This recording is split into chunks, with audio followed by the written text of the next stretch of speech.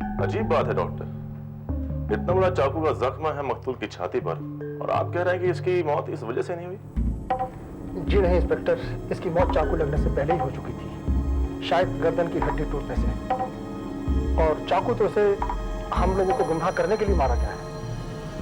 लेकिन इंसान की गर्दन की हड्डी एक झटके में तोड़ना किसी बहुत ही ताकतवर इंसान का काम होगा। जी हाँ इंस्पेक्टर, देखिए ना लाश को, इसके जिस्म पर संघर्ष का एक निशान भी नहीं है।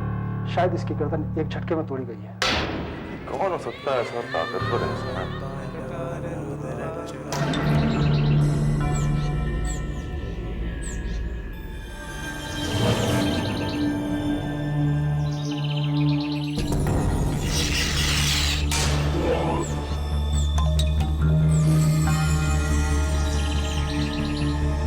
कौन है?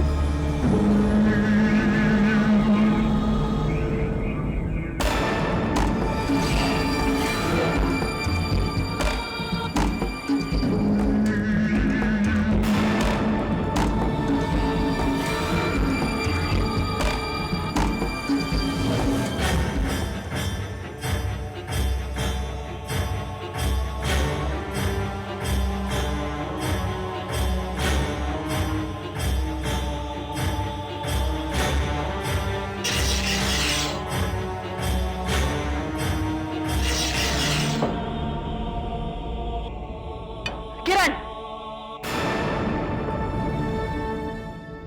ये तमीज है तुम्हारी?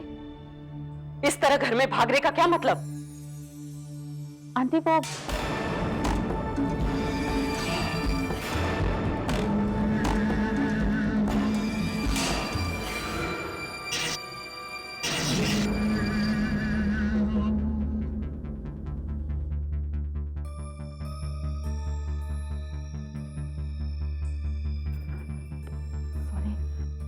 वो जो आदमी पीछे खड़ा है ना, आदमी मेरा पीछा कर रहा है। Good morning ma'am. ये तुम्हारा पीछा नहीं कर रहा था, तुम्हारे पीछे आ रहा था। यह है Rohan, Ahuja group of industries का नया असिस्टेंट मैनेजर। ये आज से तुम्हारे साथ ही रहेगा, साई की तरह। लेकिन मुझे किसी असिस्टेंट की जरूरत नहीं। जानती हूं तुम्हारे जैसी मिडिल क्लास लड़कियों को इस तरह की लग्जरीज की आदत नहीं होती, लेकिन अब आदत डाल लो, क्योंकि सवाल तुम्हारी बैकग्राउंड का नहीं, हमारे परिवार की प्रतिष्ठा का है। एक्सक्यूज अस। Sure ma'am. आंटी आप प्लीज मेरी बात को समझने की कोशिश कीजिए। ये आदमी हर वक्त मेरा पीछा करता रहता है, रेस्टोरेंट में, रास्ते में, यहाँ तक कि मेरे कमरे की खिड़की से मुझे देखता रहता है। तुम्हें धोखा हुआ है, धोखा। अपनी आंखों का इलाज करवा लो तुम, समझी?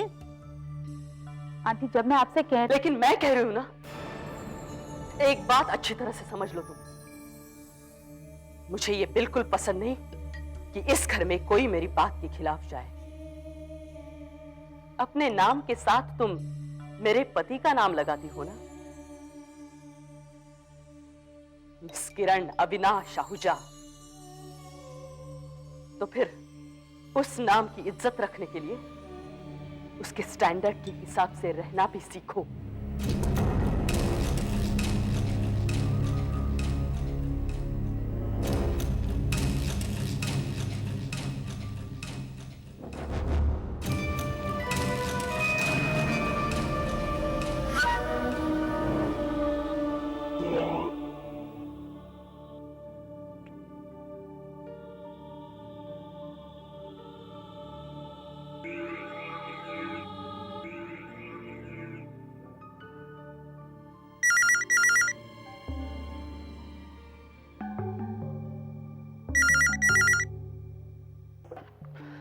हेलो मिस्टर शिशिर आहूजा। या राइट, आप कौन? लेकिन मैं एक बार जिसकी आवाज सुन लेता हूं उसे भूलता नहीं। Anyways, this is inspector Kulkarni है। भगत के बारे में कुछ पूछना था आपसे। उसकी लाश आप क्लेम करेंगे या हम? बिल्कुल नहीं, हमारे होते हुए आप। देखिए इंस्पेक्टर साहब, भगत इस घर का नौकर ही सही, लेकिन हमारे लिए वो इस घर का एक सदस्य ही था। मेरा बचपन बीता है उसकी गोद में। भगत की अंत्येष्टि आहूजा परिवार ही करेगा, बिल्कुल वैसे ही जैसे घर की किसी बुजुर्ग की जाती है। ओके?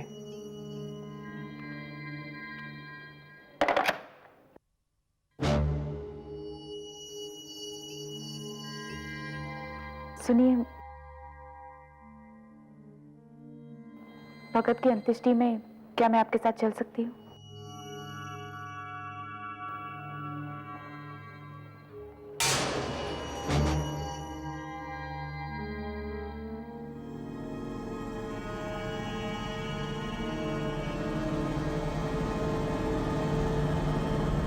क्या? किरण क्या करेगी ऑफिस जाके? मैम वही करेगी जो ऑफिस में सब लोग करते हैं। क्या करते हैं ऑफिस में सब लोग? काम ही तो करते हैं ना। किरण भी ऑफिस जाएगी और ऑफिस का काम करेगी। पहले इससे पूछ लीजिए, क्या पता है इसे बोर्ड मीटिंग्स के बारे में? अपने बिजनेस के बारे में क्या जानती है?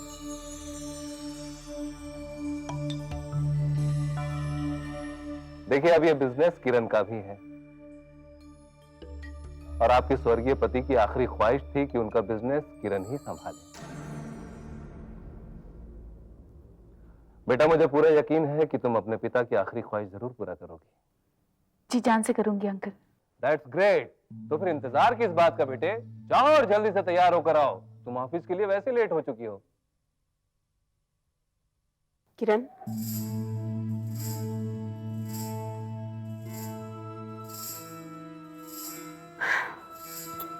शाबाश पुत्र, ये हुई ना बात। पर चाहे कुछ भी कहे, तुम ऑफिस जाना छोड़ना नहीं। हम तुम्हारे साथ हैं। चलो। अरे किरण दीदी, अच्छा हो गया आप मिल गई। चलिए ना हम लोग सांप सीढ़ी खेलते हैं। दीदी मैं यहाँ बोर हो रही हूँ घर में। पापा थे तब खेलते थे मेरे साथ, अब कोई नहीं खेलता। फिट्टे मुंह, ये तेरी उम्र है सांप सीढ़ी खेलने की? देखो सोनल, अभी मैं बाहर जा रही हूँ, लेकिन अगली बार तुम्हारे साथ सांप सीढ़ी जरूर खेलूंगी। बुरा मत मानना। प्रॉमिस? प्रॉमिस। ओके। ये आप गलत कर रहे हैं मिस्टर तेजवानी। ये लड़की बोर्ड ऑफ डायरेक्टर्स के सामने हमारी नाक कटवा देगी। इसने मुंह खोला नहीं कि 1 मिनट में इसकी औकात पता चल जाए। कमाल है मैडम, आप औकात की बात कर रही हैं। माफ करना मैडम, उसकी औकात अब बहुत ऊंची है, इवन आप सबसे भी ज्यादा ऊंची, क्योंकि आपके पति की सारी दौलत का आधा हिस्सा उस अकेली लड़की के पास में है और आधा हिस्सा आप सबके पास में है। ये भूल रही हैं आप?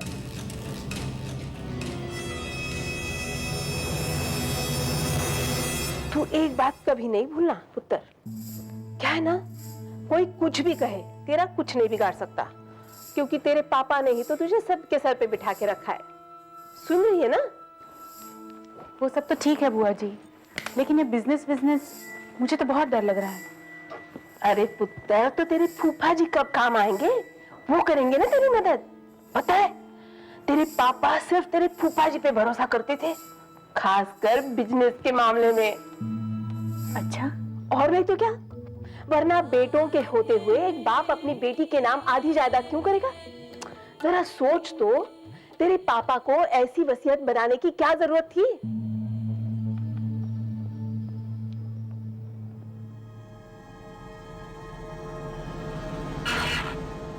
मुझे तो इस वसीयत पर ही शक हो रहा है। मेरे पति मेरे साथ, अपने बच्चों के साथ इतना बड़ा अन्याय कैसे कर सकते हैं? अब ये मैं कैसे बतला सकता हूँ?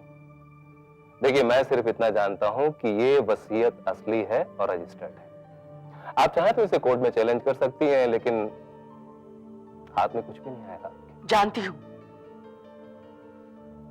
मेरे हाथ से तो सब कुछ उसी वक्त निकल गया था जब मेरे पति ने एक कमजोर पल में एक पराई औरत का हाथ थाम लिया था।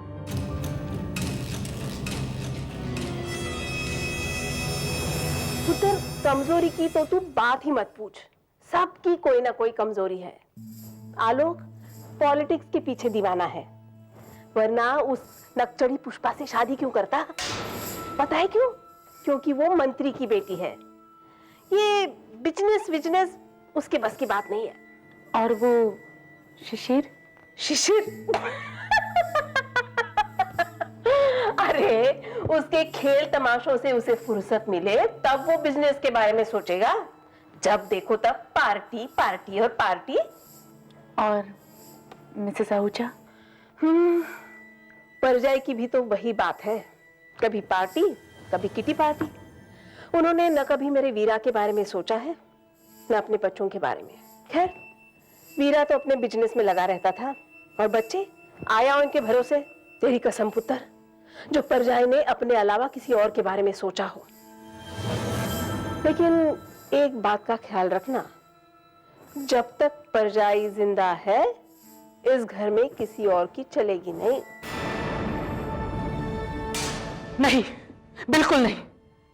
आज तक इस घर में वही होता आया है जो मैंने चाहा है, और आइंदा भी वही होगा। उस लड़की को समझा दीजिए, अगर उसे यहां रहना है तो कायदे से रहे, नहीं तो धक्के मारकर घर से बाहर निकलवा दूंगी। अपने गुस्से को काबू में रखिए मैडम, इसी में सबकी भलाई है। किरण के हिस्से में शांति निकेतन का भी आधा हिस्सा आया है, और अगर आपने उसके साथ कोई भी जोर जबरदस्ती की तो आप खुद मुश्किल में पड़ जाएंगी। आप मुझे धमकी दे रहे हैं? नहीं, धमकी नहीं दे रहा हूं, मैं तो समझा रहा हूं, क्योंकि मैं आपका वकील हूं।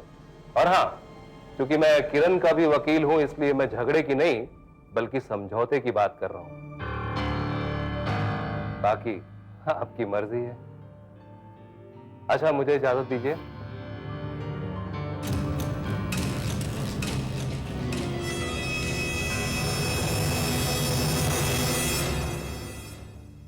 आय हाय, देख बातों में उलझी रही मैं। बड़ी खराब आदत है ये मेरी। चल चल चल, जल्दी से तैयार हो जा, बिल्कुल सोनी कुड़ी की तरह। बस अभी आई। एक मिनट। अरे एक बात तो तुझे बताना भूल ही गई मैं। वो पुष्पा है ना नक्चड़ी, वो अपने आप को बड़ी सोनी समझती है, लेकिन तेरे सामने बिल्कुल पानी भरती है, पानी। अरे भाई, कोई हमें भी तो बताए, कौन किसके सामने पानी भर रहा है? ये तो हमारी आपस की बात हो रही है ना।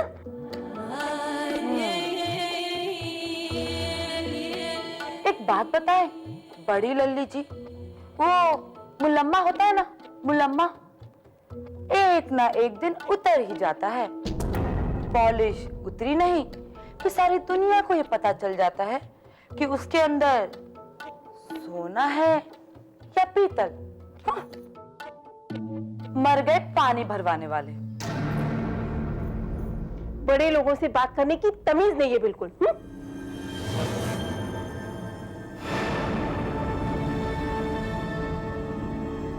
खिलाड़ी खिलाड़ी खिलाड़ी।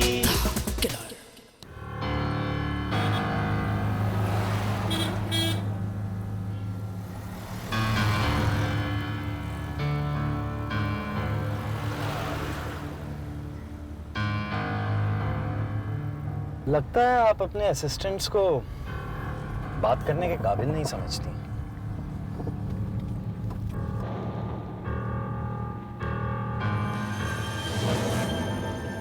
गाड़ी आके रोक दी। 2 मिनट का काम है मुझे, मैं अभी आया।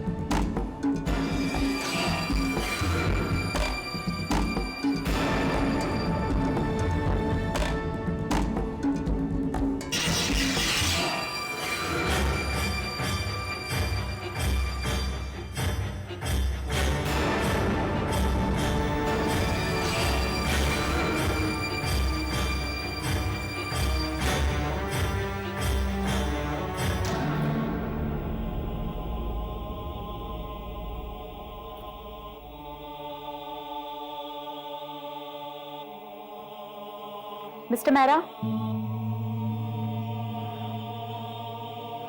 Mister Mehra,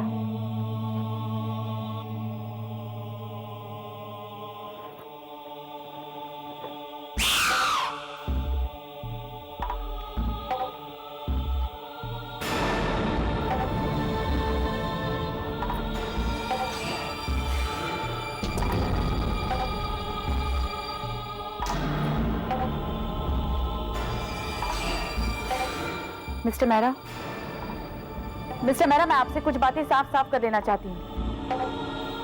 mister Mehra, mister Mehra,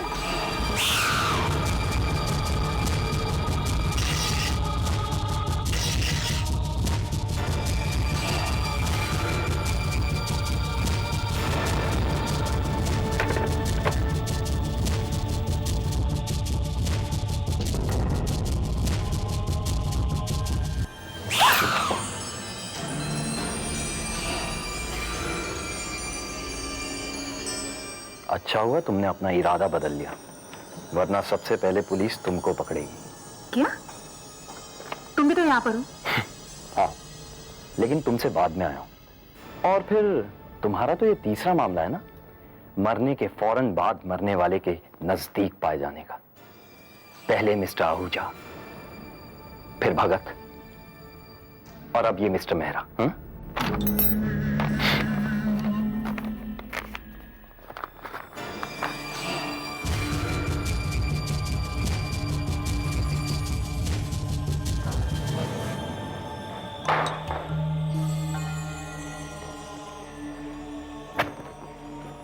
क्या प्रॉब्लम क्या है तुम्हारी? अगर तुम्हें ऑफिस आना नहीं था तो इतनी बड़ी बोर्ड मीटिंग बुलवाई क्यों तुमने? Board meeting? हाँ, बोर्ड मीटिंग। 2 घंटे इंतजार कर रहे थे सब लोग तुम्हारा। अगर तुम्हें नहीं आना था तो एक फोन नहीं कर सकती थी? लेकिन दूसरों के वक्त की कीमत नहीं है तुम्हें। और वो मिस्टर मेहरा, वो भी नहीं आए बोर्ड मीटिंग में। जब तक डैड जिंदा थे किसी की जुर्रत नहीं थी ऐसे बिहेव करने की। मिस्टर मेहरा के पास बोर्ड मीटिंग में ना आने की वजह थी शिशिर, इसलिए उन्हें कोसने से कोई फायदा नहीं है। अरे वाह, बेचारी किरण पुत्र को तो इतना सब कुछ सुनाया और मिस्टर मेहरा को कोसो भी मत। ये कौन सा इंसाफ है भाई? मरने वाले का इंसाफ कौन कर सकता है? मिस्टर मेहरा का कत्ल हो चुका है।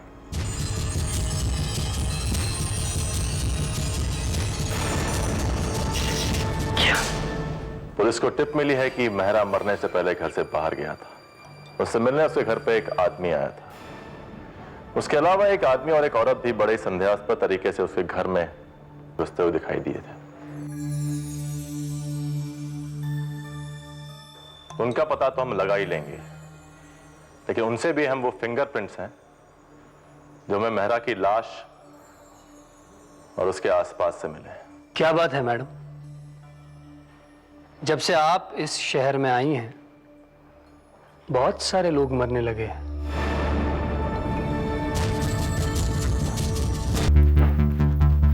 अब इस घर में नहीं रहूंगी, एक पल भी नहीं रहूंगी।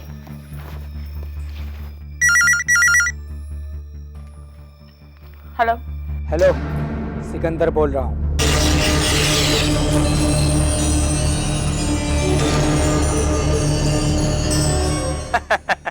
डर गई एक मजाक से? मेरे होते हुए सिकंदर वहां कहां से आएगा? फिर भी तुम्हारी भलाई इसी में है कि कुछ बातों से डर कर रहो। अगर वहां से कभी भागने वागने का मूड बने तो बस इतना याद कर लेना कि तुम्हारे चाहने वालों में से एक सिकंदर भी है। बाकी तुम्हारी मर्जी। Hello hello. हे भगवान, मैं कहाँ आकर फंस गई। यहाँ से निकलना बहुत मुश्किल है और यहाँ रहना उससे भी बड़ी मुश्किल।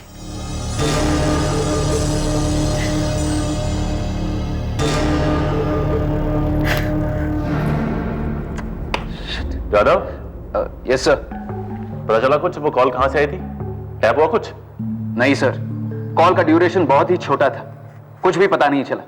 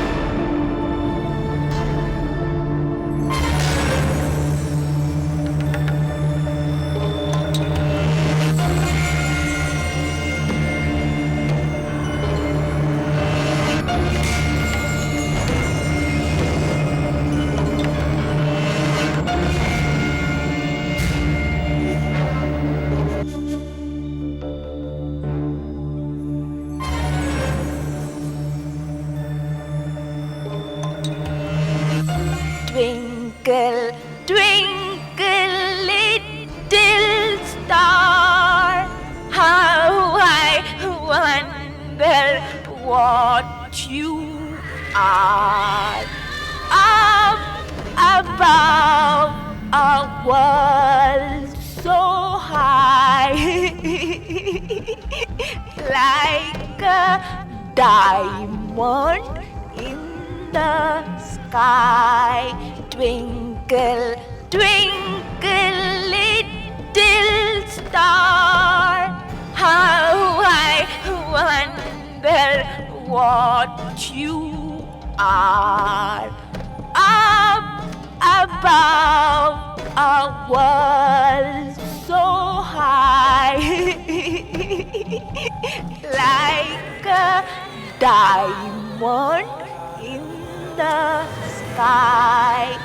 Twinkle, twinkle, little star, how I wonder what you are.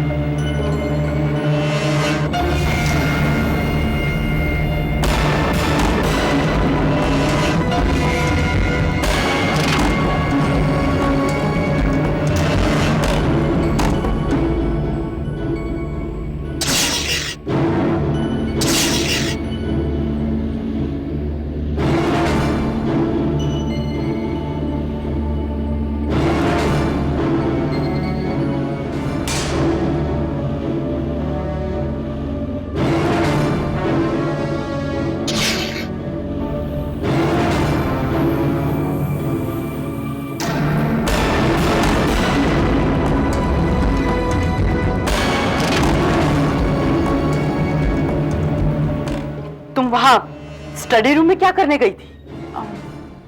मैं पानी पीने आई थी। लेकिन किचन तो उस तरफ है। तुम वहां स्टडी रूम में पानी पीने गई थी? अब वो मैं नींद में थी ना, इसलिए। तुम्हें क्या लगता है ये तुम्हारे झूठ मूठ के बहाने तुम्हें बचा लेंगे?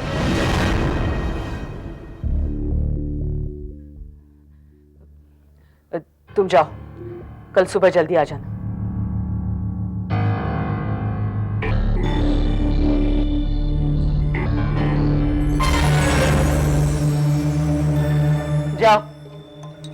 अपने कमरे में जाके सो जाओ।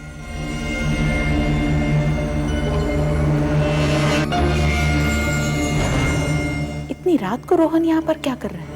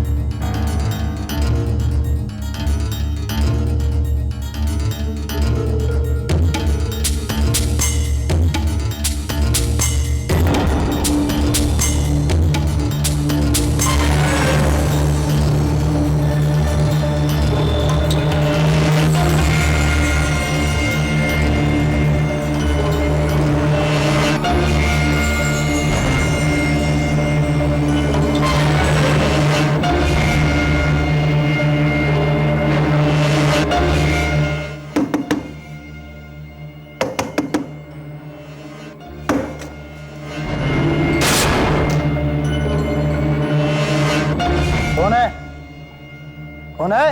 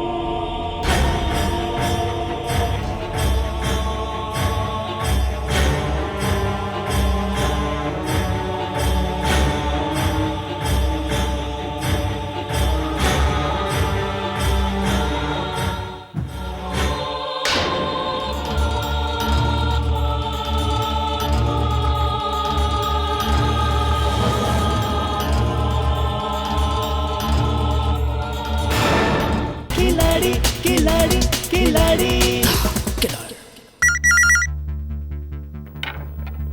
हेलो। हेलो, कैसी हो? ओ आप?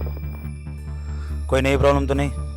नहीं, कोई नई प्रॉब्लम नहीं है। मैं जानता हूँ आजकल तुम बहुत प्रॉब्लम फेस कर रही हो, लेकिन अगर बड़े मकसद को पाना हो तो इन छोटे प्रॉब्लम से डर कर क्या फायदा? आप बिल्कुल ठीक कह रहे हैं। कहिए, आपने फोन क्यों किया? आलोक तुमसे कुछ पेपर साइन करवाने की कोशिश करेगा और तुम उन पेपर्स पर दस्तखत करोगे। लेकिन आपने मुझे कोई पेपर साइन करने से मना किया है। लेकिन रकम अगर बहुत ही मामूली हो तो साइन कर देना, ये मैं तुमसे अब कह रहा हूँ, समझी? ठीक है,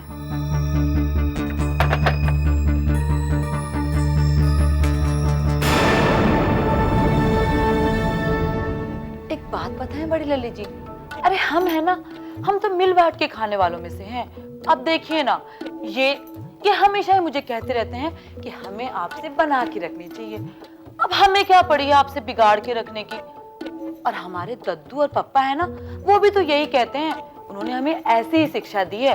वो तो कहते हैं कि जब मकसद एक हो ना, तो विरोधी को भी गठबंधन कर लेनी चाहिए। क्यों जी?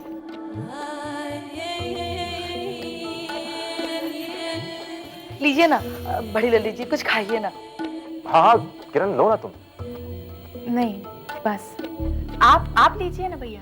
अरे तुम तो बहुत ही कम खाती हो। अगर तुम ठीक से खाओगे नहीं तो तुम्हारा शरीर कैसे चलेगा? अरे भाई, इतना बड़ा बिजनेस एम्पायर तुम्हें संभालना है। भैया आप भी तो कुछ नहीं खा रहे, लीजिए ना। मेरा क्या है, मेरी तो भूख और प्यास दोनों खत्म हो चुकी है। जब से डैडी गुजरे हैं, एक तो उनका गम है और उसके बाद वो। क्या बात है, आप कुछ परेशान लग रहे हैं? अब क्या बताऊं तुम्हें किरण, इस बात को लेकर इस घर में वैसे ही बहुत तमाशा हो चुका है। इसलिए अच्छा है कि हम लोग इस मुद्दे पे बात ना करें। भैया बताइए ना प्लीज, आप मुझे बता सकते हैं। देखो किरण, जब तक पिताजी जिंदा थे तो वो मेरे समाज सेवा के काम में दिल खोलकर चंदा दिया करते थे। मैंने गरीबों और मजबूरों के लिए इतनी 50 स्कीमें चला रखी थी, वो सब उन्हीं की वजह से चलती थी। लेकिन अब वो तो है नहीं। अब मेरी समझ में ये नहीं आ रहा कि मैं उन गरीबों को, मजबूरों को कैसे समझाऊं कि अब मैं उनकी मदद नहीं कर सकता।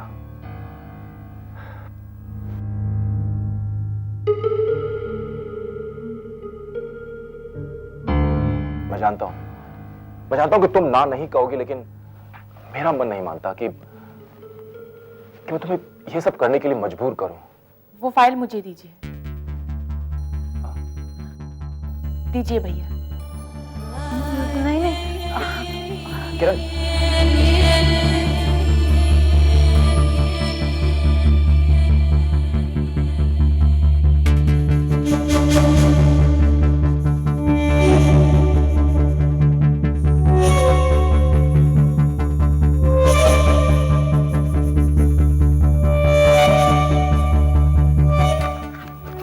लीजिए, मैंने पेपर साइन कर दिए है।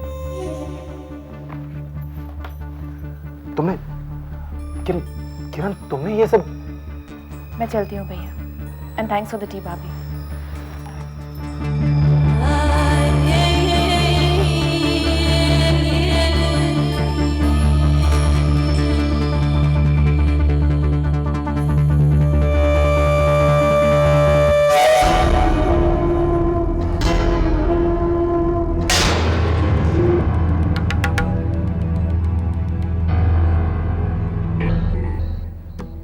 हेलो, मैं बोल रहा हूं। पूरे 10 लाख रुपए के साथ श्री गणेश हुआ है। बस तुम देखते जाओ मैं कैसे उसे धीरे धीरे शीशे में उतारता हूं।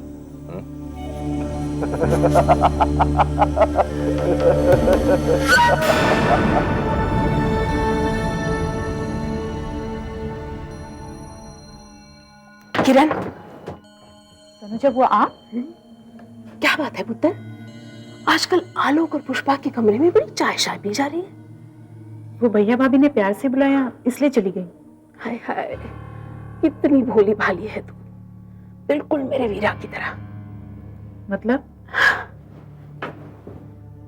क्या है ना, मेरा वीरा भी बड़ी आसानी से किसी की भी बातों में आ जाया करता था। लेकिन तुम होशियार रहना। तुम इन लोगों की झूठे लाड़ों में मत आना। यहां तो प्यार प्यार में गर्दनें भी उतर जाती हैं। जी? आजा। वो क्या है ना पुत्र, मेरा वीरा बड़ा परेशान था, सिर्फ आलोक से नहीं, सबसे। क्योंकि सब के सब पैसों के पीर हैं यहाँ।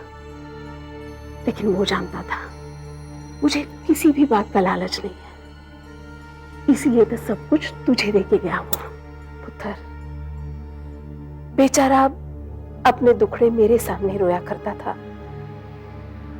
मैं उसकी माँ जाई बहन जो ठहरी। इतने दुखी थे वो? हाँ पुत्र, मैं तुझे सब कुछ बताऊंगी, लेकिन यहां नहीं, यहां तो दीवारों के भी कान है। तू अपने कमरे में चली जा, लेकिन होशियार रहना।